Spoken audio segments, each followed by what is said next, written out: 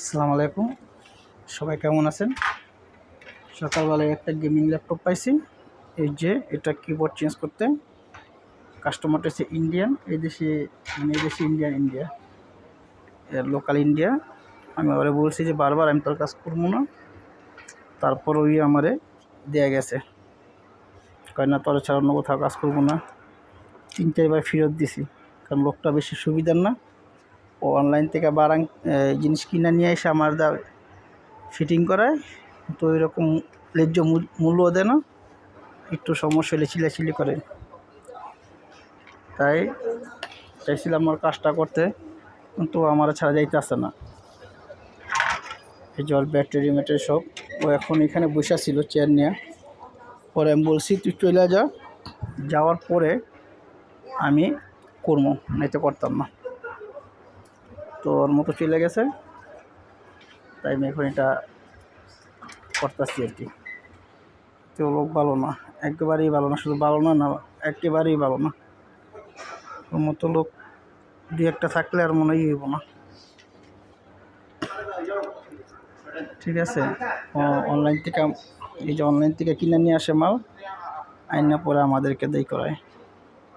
তাই চাইছিলাম আজকে কাজ করতাম ইনোর, তো দেখো আমার সারা বিল ওখানে যাইবই না, কারণ এখানে আমি একটু সস্তা করে দিই।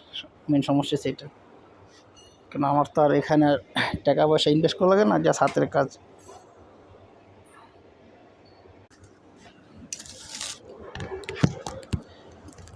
এখানে আর কয়েকজন লোক আছে, আমি সবার কাছেই বলছিলাম এই কাজটা কইরা দে, মানে ওর কাজ কেউই করবো না।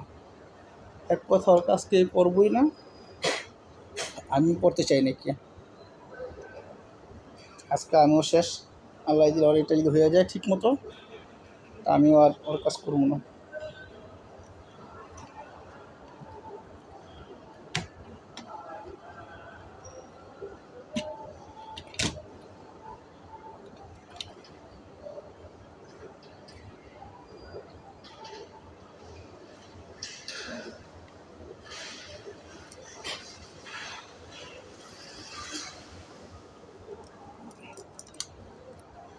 সবাই দোয়া করবেন। আমি লোকটা একেবারেই বাজে আর কি, ঠিক আছে, বাজে বলতে ও কিছুই লিখেছিলাম তো ডাই ও কী করছোস, এলে আমি তুই আন থেকে সরলে করবো, নিতে করতাম না। খেদাই দিছি, আলহামদুলিল্লাহ হয়ে যাবো আশা করি যায়, কারণ অনেকবারই চেঞ্জ করছি কিবোর্ড, সমস্যা হয় নাই। কিন্তু একটা কাজ কি করতে গেলে যদি লোক বসে থাকে, যার জিনিস